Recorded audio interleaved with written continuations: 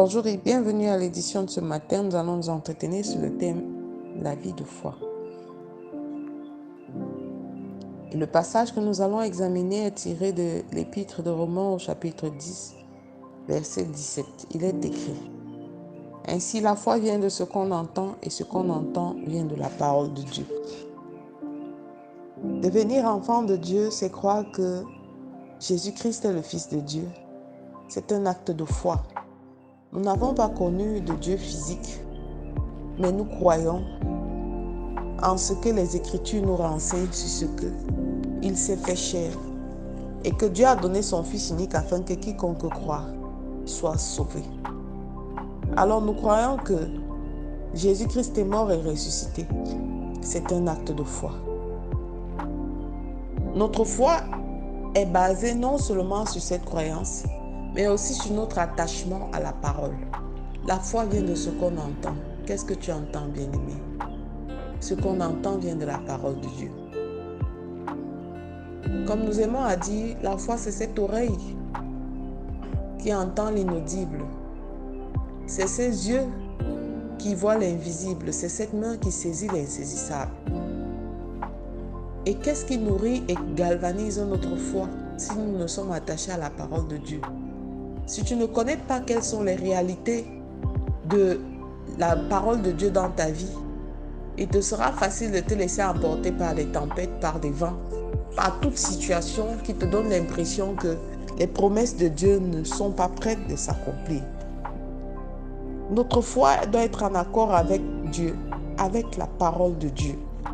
Alors si ta connaissance de la parole de Dieu est faible, laisse-moi te dire aujourd'hui que ta foi aussi sera faible. Et tu te laisseras entraîner selon les vents prophétiques ou les vents de révélation qui viendront d'un lieu ou de l'autre. C'est la foi qui a permis à Joseph de tenir ferme malgré toutes les tribulations qu'il a connues. Il a été vendu, il a été amené en captivité, il a été emprisonné. Mais parce que le Seigneur lui avait révélé ce qu'il serait, Joseph a pu patienter avec foi. C'est la foi en Dieu qui a pu guider Ruth et l'aider à s'accrocher à Naomi, en sachant qu'aux côtés de cette femme, aux côtés de ce peuple que Dieu s'est choisi, elle serait et resterait bénie. Alors s'il n'y a pas de foi, il te sera difficile de supporter des épreuves. Il te sera difficile de supporter des tribulations. C'est la foi en Dieu qui a permis à David, de son vivant, de croire à la promesse de Dieu qui lui garantissait un descendant sur le trône.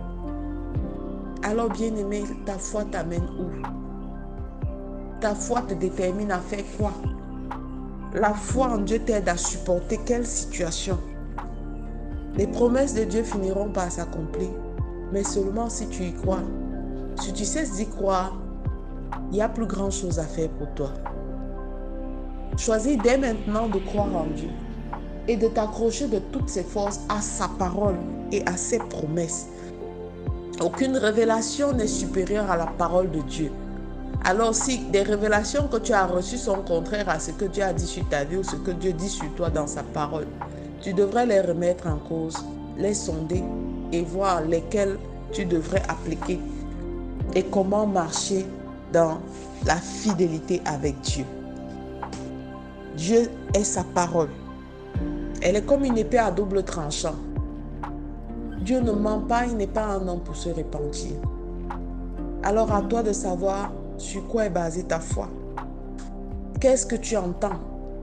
À quelle doctrine te laisses-tu entraîner chaque jour? Et quelle est la vérité de l'évangile dans ce que tu exploites tous les jours?